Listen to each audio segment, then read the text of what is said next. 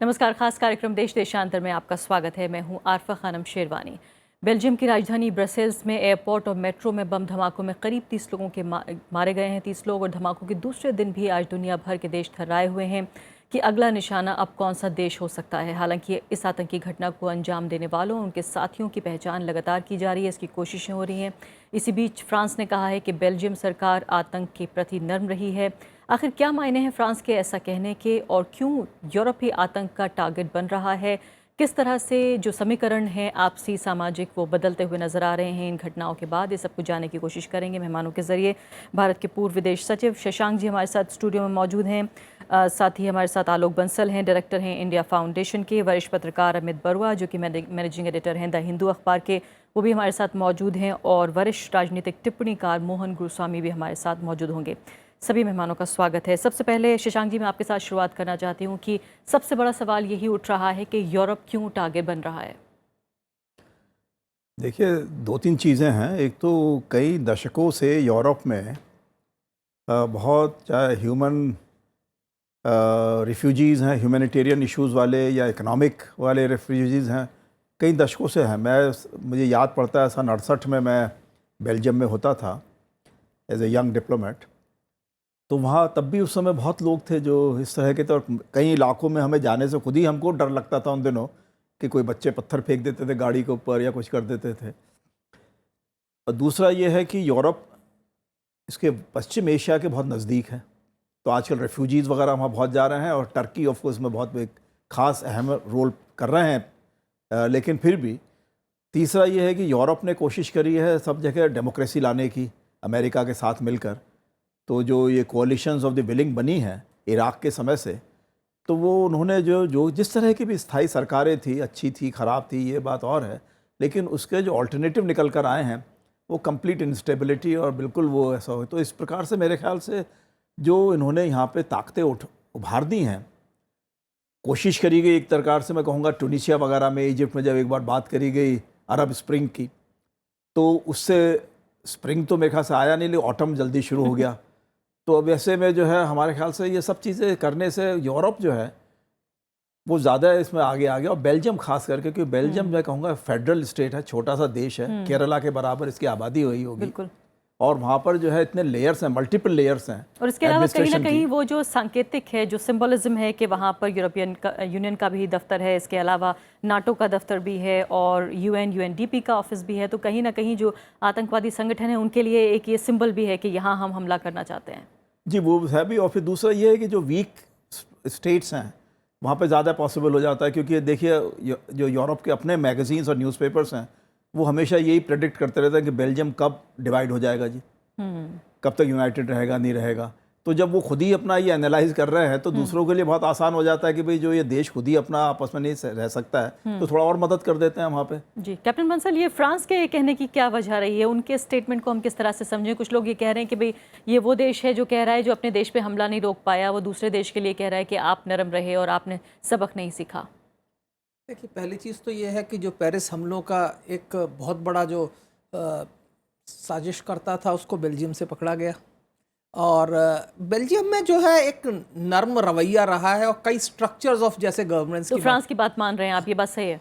एक कुछ हद तक देखिए, इसको कहना बड़ा मुश्किल है कि कौन नर्म है कौन ये है, क्योंकि ये ऐसी लड़ाई है जिसे आसानी से रोका नहीं जा सकता। क्योंकि आज एक बड़ी जनसंख्या जो है यूरोप के अंदर इस्लामिक स्टेट या दैश जिसे कहते हैं उसकी विचारधारा से प्रभावित है। अब क्यों प्रभावित है इसके ऊपर एक बड़ा भारी व्याख्यान दिया जा सकता है, लेकिन उन्होंने एक नैरेटिव प्रेजेंट किया है जिसे कि वो यूथ जो है मान रहा है। और वो यूथ यूरोप को छोड़कर इराक भी जाने को तैयार है, यूरोप को छोड़कर सीरिया भी जाने को तैयार है और यूरोप के अंदर बम धमाके भी करने को तैयार है। अब आप ये देखिए कि इसमें जो खबर आ रही है कि 2 सुसाइड बॉम्बर्स थे। अगर 2 लोगों ने अपनी जान देने की सोच ली है तो कोई तो नैरेटिव है, कोई तो वो है। हम इसको कब तक अन्य चीज़ों पर डालते रहेंगे कि एलियनेशन के कारण है या इकोनॉमिक डेप्रिवेशन के कारण है? हकीकत ये है कि देयर इज़ अ वेरी बहुत एक स्ट्रॉन्ग इसका जो है थियोलॉजिकल अंडरपिनिंग है। और जब तक हम एक काउंटर नैरेटिव नहीं बनाते उसके लिए, तो लोग इस तरीके से जाते रहेंगे। और काफ़ी समय से हम एक शतुर्मुर्गों की तरह से कार्य करते रहे हैं, जहां हम जो समस्या है उसको ना देख के उसके अगल बगल कुछ नए उसके क्या ये समस्या का हिस्सा नहीं है जो जिस बात की बात हो रही है कि एलिनेशन है या अलग तरीके से कल्चर्स आपस में नहीं मिल पा रहे हैं? हालांकि ये वो लोग हैं, वो जनरेशन है जो शायद 50-60 साल से वहां रह रहे हैं। यही मैं कह रहा हूं कि वो जनरेशन नहीं है जो आई थी, ये वो जनरेशन है जो वहां पैदा हुई। और इसको अगर 1000 किलोमीटर दूर से कोई आदमी इंटरनेट और मस्जिदों के सहारे अगर कन्विंस कर लेता है यूथ को कि उसको मरना चाहिए और उसको जन्नत नसीब होगी अगर वो इस तरीके से अपने आप को ब्लो अप कर देगा, तो ये एक नैरेटिव है और इसको काउंटर करना जरूरी है। आप उसको बोलें कि नैरेटिव गलत है तो वो नहीं मानेगा। यानी आप बहुत महत्वपूर्ण बात कह रहे हैं कि इसको मिलिट्री के हिसाब से नहीं बल्कि मिलिट्री के साथ साथ इसको विचारात्मक स्तर पर भी देखना होगा। मैं आती हूँ आपकी तरफ, इससे पहले कि मैं मोहन गुरुस्वामी की तरफ जाऊँ, ये जानने की कोशिश करूँगी क्या वो भी इसको शरणार्थियों के नज़रिए से देखने की कोशिश करेंगे या फिर आतंकवादियों के नज़रिए से देखने की कोशिश करेंगे, या वाकई राज्यों की जो अपनी नीतियाँ हैं उनको ज़्यादा अहम मानते हैं? ये बताइए अमित बरुआ कि फ़िलहाल ये भी कहा जा रहा है कि शायद हम कुछ सरलीकरण कर रहे हैं जब हम कह रहे हैं कि सिर्फ यूरोप निशाना बन रहा है। क्या वाकई इसमें जो स्थानीय जो डायमेंशंस हैं इस समस्या के उनको हम नज़रअंदाज कर रहे हैं जब हम ये कहते हैं सीधे तौर पर कि यूरोप निशाना बन रहा है? देखिए, एक तो अब जब इराक में बम धमाका होता है तो उसके बारे में कोई सोचता भी नहीं है, क्योंकि इतने सालों से वहाँ हो रहा है, एक तरह से आदत हो जाती है। तो जिस तरह से ये पूरा मामला चल रहा है, यूरोप में जो बम धमाके हुए हैं, लाजमी है कि यूरोप के किसी कैपिटल में जब धमाका होता है तो दुनिया उठकर बैठ के देखती है। लेकिन पूरे दक्षिण एशिया में इस तरह की घटनाएं होती रही हैं। दुनिया के अन्य भागों में, अफ्रीका में इतनी बड़ी बड़ी घटनाएं टर्की तक पे खबर नहीं बनती है, अंकारा तक पे खबर नहीं बन रही है। मेरा ये कहना है कि ये जो नीतियां हैं यूरोपीय देशों की, अगर आप किसी दिन, आजकल पार्लियामेंट एक रेजोल्यूशन पास कर देता है और वहाँ के हवाई जहाज़ उड़ जाते हैं और दूसरे मुल्क पे बमबारी हो जाती है। आपको याद होगा कि जब इराक का युद्ध हुआ था और जॉर्ज डब्ल्यू बुश राष्ट्रपति थे, तो यूएन रेजोल्यूशन को लेकर कितनी डिबेट और डिस्कशन हुई थी। आज यूके की पार्लियामेंट एक रेजोल्यूशन पास करता है और बमबारी शुरू हो जाती है। रूस एक दिन निर्णय करता है कि हमको भी बमबारी करनी है, वो शुरू हो जाता है। तो जो इंटरनेशनल रिलेशंस का जो स्ट्रक्चर है, मेरा मानना है, या सऊदी अरब है, वो कल को निर्णय ले लेता है कि हमको बमबारी करनी है तो वो भी करता है। तो मुझे लगता है जो स्ट्रक्चर है इंटरनेशनल रिलेशंस का, वो कहीं ना कहीं टूट गया है। जो यूनाइटेड नेशन सिस्टम की क्रेडिबिलिटी है वो एकदम दांव पे लगी हुई है। और जो भी विदेश नीति अपने आप को समझता है कि वो एक आइसोलेशन में इसको निभा पाएगा, इसको चला पाएगा, मुझे लगता है ये बहुत बड़ा भ्रम है। और इस तरह की चीज़ें अगर दुनिया के एक भाग में होंगी और उसमें हस्तक्षेप होगा तो दूसरे भाग में होने की भी जो अस्थिरता तो जरूर होगी, कम से कम। जी हाँ, तो ये कहा जा रहा है कि अगर आप दूसरे को मौत देते हैं तो कम से कम आपको डर जरूर मिलेगा। इस तरह की कहीं ना कहीं लॉजिक्स दिए जा रहे हैं, पता नहीं ये भी खतरनाक हो सकते हैं इस तरह की दलीलें। मोहन गुरुस्वामी, आप किस नज़रिए से इस समस्या को देखते हैं? बहुत सारे दृष्टिकोण इस वक्त हमें मिल रहे हैं, कुछ डराने वाले भी हैं, कुछ कहीं ना कहीं सहमत देने वाले भी हैं। आप किस तरह से इसको देखते हैं? क्या वाकई आपको लगता है, कुछ लोग कह रहे हैं कि संयुक्त राष्ट्र की लगभग मौत जिस तरह से हो गई है उसके बाद के हालात में, अमित बरुआ काफ़ी अच्छे तरीके से दलील दे रहे हैं, आर्ग्यू कर रहे हैं कि दरअसल ये उसके एक साइड इफेक्ट्स के तौर पर हम देख रहे हैं चीज़ों को, लेकिन कैप्टन बंसल जो कह रहे हैं वो अलग तरीके से देख रहे हैं चीज़ों को। देखिए, अमित बरुआ जो कह रहे हैं मैं उससे सहमत हूँ। आई फुली एग्री विद जो वो कह रहे हैं। और ये यूनाइटेड नेशंस की सिस्टम की ब्रेकडाउन है, इंटरनेशनल सिक्योरिटी आर्किटेक्चर की ब्रेकडाउन है, ये एक अपनी जगह पे है। मगर जब कोई दूसरे देश में जाके कोई व्यक्ति बस जाता है और माइग्रेट होता है, उनके दो नेशनैलिटीज़ हो जाते हैं, एक डी फैक्टो नेशनैलिटी, एक डी जोर, और एक कल्चरल नेशनैलिटी हो गई है। अब जो देखिए, आज मोदी जी जब प्रधानमंत्री जब जाते हैं अमेरिका में तो सारे हिंदुस्तानी इकट्ठा हो जाते हैं, क्योंकि उनकी एफिनिटी अभी हिंदुस्तान के साथ है, जो अमेरिकन सिटीजन भी होंगे मगर हिंदुस्तान के। ऐसे हम यूरोप में सारा देखते हैं कि ड्यूअल नेशनैलिटी की ये चलते रहती है। और जो सीरिया के लोग हैं, जो इराक के लोग हैं, लिबिया के लोग जो हैं, जो अरब्स की जनरल आइडेंटिटी है, वो लोग जो अगर जितने भी सालों से यूरोप में बसे हो, उनकी दूसरी नेशनैलिटी भी है। और जब आप उनके देश पे जाके बेवजह हमला करते, जैसा आपने लिबिया में रेजीम चेंज करवा दी, और यही फ्रेंच गवर्नमेंट गई, सार्कोजी गए और कैमरून गए और इटली के लोग गए और जाके उनके रेजीम चेंज कर दी। सीरिया में ये लोग छेड़खानी किए, इराक में गए। तो इसका नतीजा होगा, क्योंकि जो लोग जो वहाँ पे भी बसे हैं वो देखते हैं कि उनके मुल्कों पे क्या हो रहा है, क्या गुजर रही है उधर। तो जैसा कहे कि बमबारी हो रहा है, लगातार लोगों को मार रहे हैं, कोलैटरल डैमेज कह रहे हैं, ये वो कह रहे हैं, मगर आप उनके सेंटिमेंट्स को भी हर्ट कर रहे हैं। और जब ये ऐसा युद्ध लड़ते हैं आप, स्टैंड ऑफ वॉर, जो दूर से कोई प्रेडेटर ड्रोन के साथ आप हमला कर रहे हैं, जब ऊपर से 20,000 फुट से आप बम फेंक रहे हैं, जो हवाई जहाज भी नहीं दिखती आपको, तो उस तरह का ये काउंटर रिपोर्ट जो है वीक लोगों की, कि वो टेरर अटैक शुरू करें, जो उनके लोग भी जैसे तो ये इनके कमजोर लोग भी हैं जो अब ये आतंकी हमला मैन कर पावर रहे इनके हैं। पास है और जो मरने के लिए तैयार है, तो वो शाकर वो हमला कर रहे हैं अपना। लेकिन तो ये आप जब छेड़खानी करते हैं किसी और मुल्क में जाके, तो उसको नतीजा के लिए तैयार होना चाहिए आपको। क्या वाकई इस तरह से देखा जाना चाहिए कि प्रतिक्रिया के तौर पर जो विदेश नीतियां हैं अलग अलग, क्योंकि ये याद बड़ा रखना पड़ेगा सरलीकरण है नहीं, लेकिन actually। कैप्टन बंसल ये याद रखना आप पड़ेगा देखिए, कि फिलिस्तीन का जो मामला देश 60 निशाना सालों बन से रहे है। हैं, नहीं आप ये ध्यान रखिए कि जो देश निशाना बन रहे हैं वो कौन देश हैं, उनका क्या रोल रहा है। आप ये देखिए, फ्रांस ने इराक के ऊपर हमले का विरोध किया, आज फ्रांस पे हमला हुआ।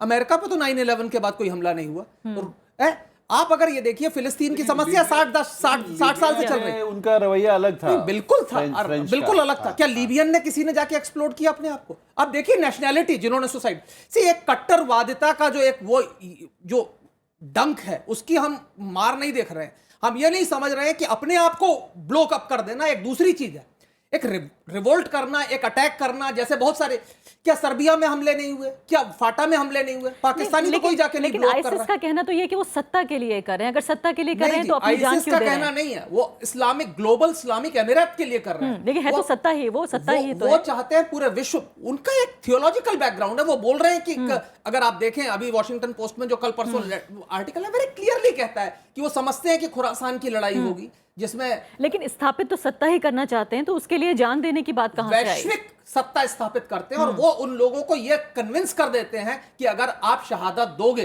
तो आपको जन्नत नसीब होगी। अगर एक आदमी इस नैरेटिव से कन्विंस हो जाता है कि उसको इस मौत के बाद बेहतर जिंदगी मिलने वाली है, और वो इस लेवल तक ब्रेन वॉश हो जाता है, वो मरने के लिए तैयार है। मैं चाहूंगी मोहन गोस्वामी जवाब देना चाहते हैं।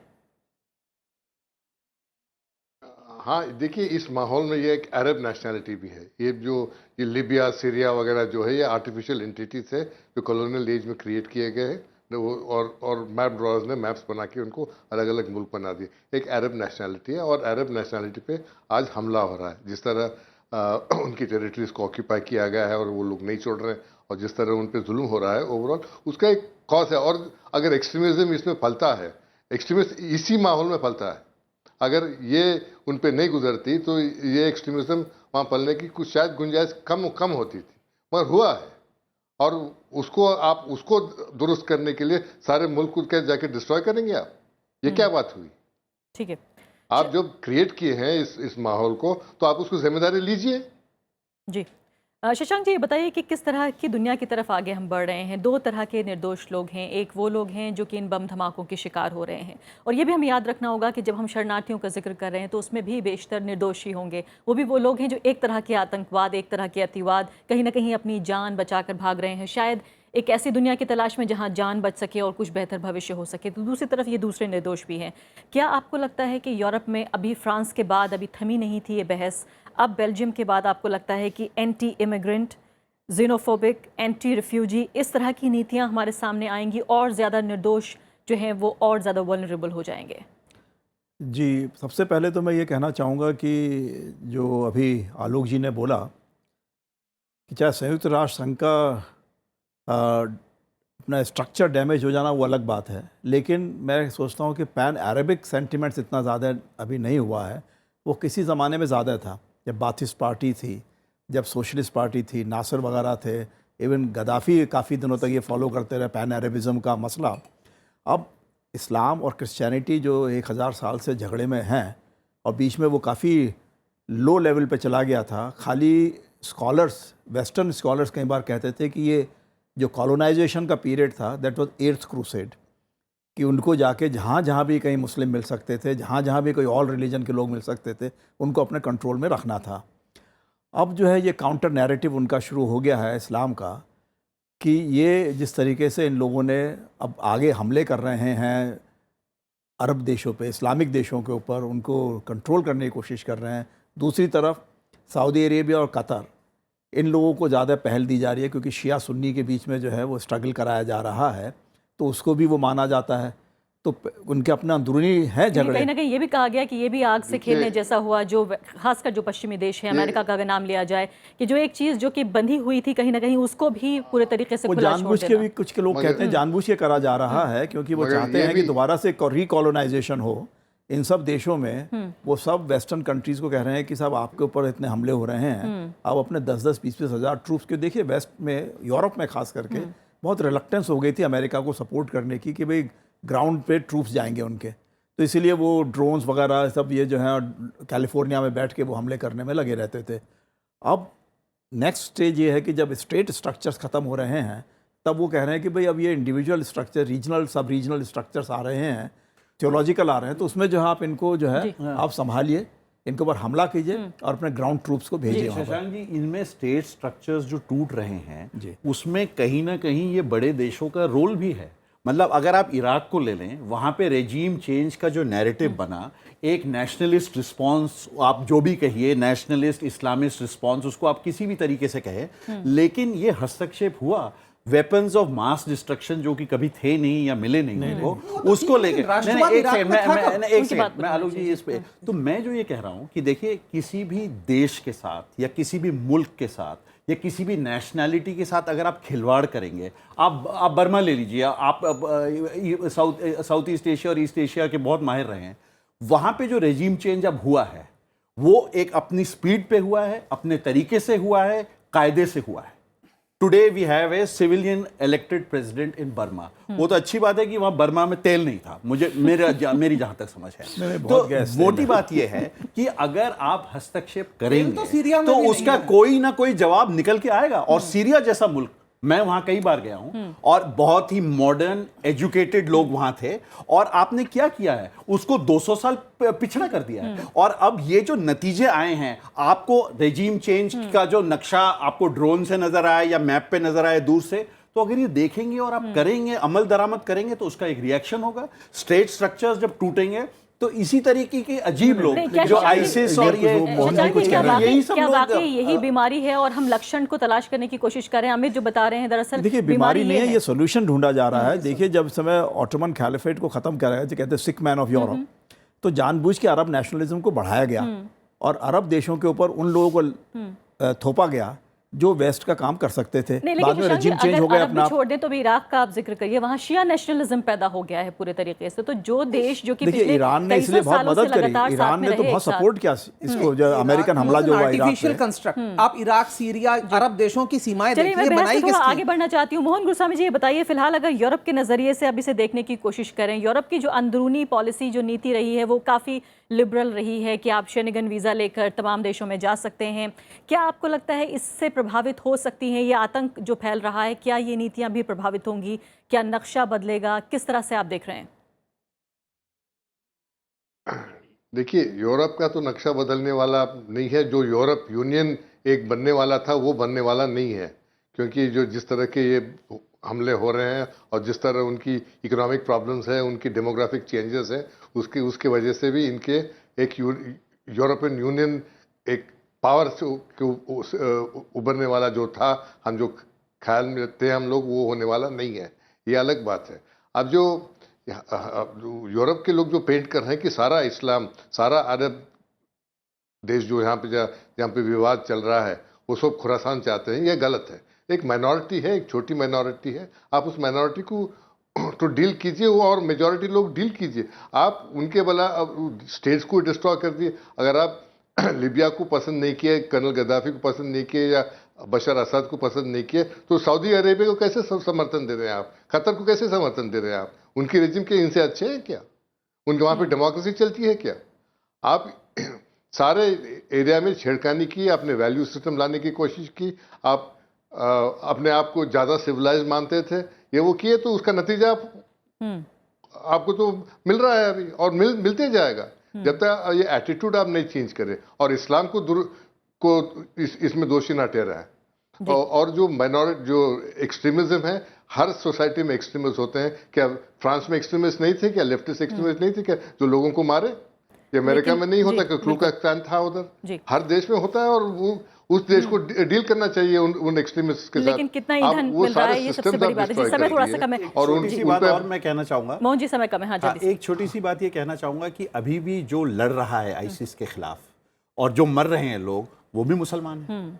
मतलब अगर आप वो देखें उसको, तो मेरा ये कहना, मेरा ये कहने का मतलब है काउंटर कि नैरेटिव इस्लाम के अंदर ही आएगा। मैं आपकी बात से सहमत हूँ। मैं यही कह रहा हूँ, मैं कह रहा हूँ कि इस्लाम के अंदर आएगा। तहीरुल कादरी को देखिए, उसने काउंटर नैरेटिव तैयार किया। बात बोल रहा हूँ, मैं कह रहा हूँ कि एक एक्सट्रीम, जो मोहन गुरुस्वामी बात कर रहे थे, एक्सट्रीमिस्ट आइडियोलॉजी हर सोसाइटी, हर मुल्क में मौजूद है, और इस्लामिस्ट आइडियोलॉजी और नैरेटिव से कोई डिसएग्री नहीं कर सकता, वो अवेलेबल है। लेकिन जो सीरिया में जो आईसिस के खिलाफ लड़ रहा है, वो भी मुसलमान है। तो मैं जो कह रहा हूं कि इस सब सिचुएशन में एक जो ट्रेजेडी है इन मुल्कों की, और आप देखिए, अगर अमेरिका का मकसद था कि इराक को एक ऐसी इंडिपेंडेंट डेमोक्रेसी बनाना, वो भी फेल हो गया। आज सबसे बढ़िया देश जो दोस्त इराक का है, वो ईरान है। तो मैं जो आपको कह रहा हूं कि ये एक जो शिया सुन्नी जो ये फिलिप मिला है पूरे इस राजनीति को, ये सब एक्सट्रीमिज्म, और अगर आपको किसी का चेहरा पसंद नहीं है, किसी की नीति ये पसंद नहीं है, तो इसका ये मतलब नहीं है कि आप बम मार पूरे देश कट्टरवादी विचारधारा होगी। दो आखिरी सवाल हैं जिन्हें मैं उठाना चाहती हूँ, मेरे पास सिर्फ 2-3 मिनट ही बचे हैं। कैप्टन बंसल, ये बताइए कि फिलहाल आईएस के खिलाफ जो लड़ाई है, जो कहीं ना कहीं ये बताया जाता है कि ऊपर से उतरे हुए शैतान हैं, जिनका स्थानीय समस्याओं से कोई लेना देना नहीं है, स्थानीय जो नाइंसाफियां हो रही हैं इराक में या सीरिया में, उनसे लेना देना नहीं है, क्या आपको लगता है कि फिलहाल मान भी लिया जाए अगर एक पल के लिए, तो क्या आपको लगता है कि अब यूरोपीय देश अमेरिका के साथ मिलकर ज्यादा जोर से अब आईएस के खिलाफ आएंगे या डर जाएंगे?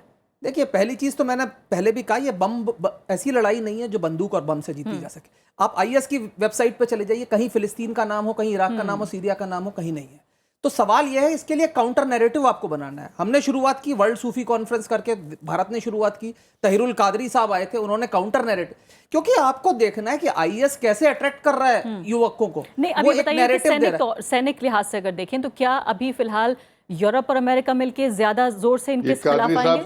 हो सकता है। पाकिस्तानी फौज के बोलने पे भी चले गए करार। नहीं, बिल्कुल, मैं मोहन गुरुस्वामी साहब इससे मना नहीं कर रहा कि वो फौज के साथ जुड़े हुए हैं, लेकिन उनका मटेरियल, जो उनका कंटेंट है, वो रेलेवेंट है, आप उसको लीजिए जो लेना है। बाकी कौन किसके साथ है उसके बारे में नहीं कह रहा, लेकिन he has a content which is counter narrative which counters IS, and that you have to accept it. जी, अमित बरुआ, एक बहुत महत्वपूर्ण सवाल ये भी उठ रहा है कि क्या जिस तरह से वेस्ट में पॉलिटिक्स है, अभी प्रेसिडेंशियल इलेक्शंस भी हो रहा है यूनाइटेड स्टेट्स में, क्या वहाँ ज़्यादा रेडिकल, ज़्यादा कट्टर राजनीति अब देखने को मिलेगी रेफ्यूजीज़ के ख़िलाफ़, या डोनाल्ड ट्रंप जैसे लोग जो हैं वो ज़्यादा उनको मुख्य धारा में हम इस वक्त पाएंगे? जी देखिए, जब इकोनॉमिक ग्रोथ स्लो होती है, अनएम्प्लॉयमेंट लेवल्स हाई होते हैं, तो ये एक एंटी इमिग्रेंट प्लैंक बढ़ता है। अब इसमें आप एक्सट्रीमिस्ट नैरेटिव, जिसका बंसल साहब जिक्र कर रहे थे, इसको जोड़ दीजिए, तो एक राजनीतिक दलों के लिए एक बहुत ही एक बढ़िया प्लेटफॉर्म या प्लैंक बन जाता है। और अमेरिका थोड़ा सा दूर है, लेकिन डोनाल्ड ट्रंप की जो राजनीति है वो बहुत ही साफ है। ये इस नैरेटिव से वो इत्तेफाक करते हैं, उसका फ़ायदा उठाने की कोशिश करेंगे। और बात मोटी ये है कि यूरोपीय देश जो कि अपने आप को जमहूरियत का मापदंड मानते हैं, जो बाकी देशों को उन्होंने लेक्चर दिया है कि आपको फलाना ऐसा करना चाहिए, ऐसा करना चाहिए, डेमोक्रेसी में 1 2 3 4 5 होना चाहिए, जब आज उनके ऊपर इतनी बला आई है, तो वो अपनी डेमोक्रेसीज, अपने मुल्कों में ये टेस्ट कैसे पार करें, क्योंकि मुश्किल टेस्ट है किसी भी सोसाइटी, किसी भी मुल्क के लिए ये मुश्किल है। और जिस बार 31-32 लोगों का इतना हाई प्रोफाइल इंसिडेंट होता है, तो ये सारी जो बेस टेंडेंसीज है उस पर कैसे कंट्रोल रखना, ये बहुत बड़ा टेस्ट। मोहन गुरुस्वामी जी, बहुत महत्वपूर्ण सवाल, और शायद यही हमारे कार्यक्रम का आखिर भी होगा कि क्या वाकई यूरोप ने जो लोकतंत्र के, फ्रीडम ऑफ स्पीच के, लिबरलिज्म के, दूसरे लोगों को अपनाने के जो पूरे एक मापदंड तैयार किए थे, जो एक स्टैंडर्ड्स तैयार किए थे, क्या आपको लगता है कि वो हिल जाएंगे? क्या ज्यादा कट्टर दुनिया, कट्टर राजनीति, कट्टर आतंकवाद की तरफ हम बढ़ रहे हैं? मेरे ख्याल में ये नहीं होगा। यूरोप जो है इस ब्लो को अब्जॉर्ब करेगा और वो सीखेगा, जो गलतियां हैं उनके पॉलिसीज में, राजनीति में, उसको दुरुस्त करेगा। एक मैच्योर सोसाइटीज़ हैं और बहुत तजुर्बेकार सोसाइटीज़ हैं, जो डेमोक्रेसी की काफ़ी एक्सपीरियंस है उनके पास, तो ये लोग मैनेज करेंगे इसको। मगर ये नैरेटिव जो है चेंज होगा उनका, यूरोपियन की इंटरनल नैरेटिव चेंज होना चाहिए पहले, वो चेंज हो जाएगा। और उसको, अब ये रेफ्यूजीज को तो वापस नहीं जाएंगे, जो गए वहाँ बस जाएंगे, तो उनको अब्जॉर्ब करना पड़ेगा। और जो है इसी में उनकी इकोनॉमिक्स सेविंग है, क्योंकि ये जो एज उनकी जो यूरोपियन कम्युनिटी सोसाइटी की एजिंग प्रोसेस है, अगर यंग पीपल चाहिए, नए लोग चाहिए, तो यही लोग कंट्रीब्यूट करेंगे वर्किंग क्लास को। जी हाँ, बहुत आज बहुत यूरोप शुक्रिया। में वर्किंग जी, सभी लोगों का बहुत बहुत शुक्रिया। तो साफ तौर पर जिस तरह से कहा जा रहा है कि शायद जहां से बीमारी आ रही है वहीं से इलाज भी आएगा, और यूरोप जो है एक बार शायद दुनिया को फिर से बता सकता है कि जो देश सबसे ज़्यादा आतंकवाद के शिकार हो रहे हैं दरअसल वही देश हैं जो सबसे ज़्यादा शरणार्थियों का स्वागत कर रहे हैं। शायद यही इसका इलाज भी है। फिलहाल इसी के साथ अभी के लिए इतना ही। नमस्कार।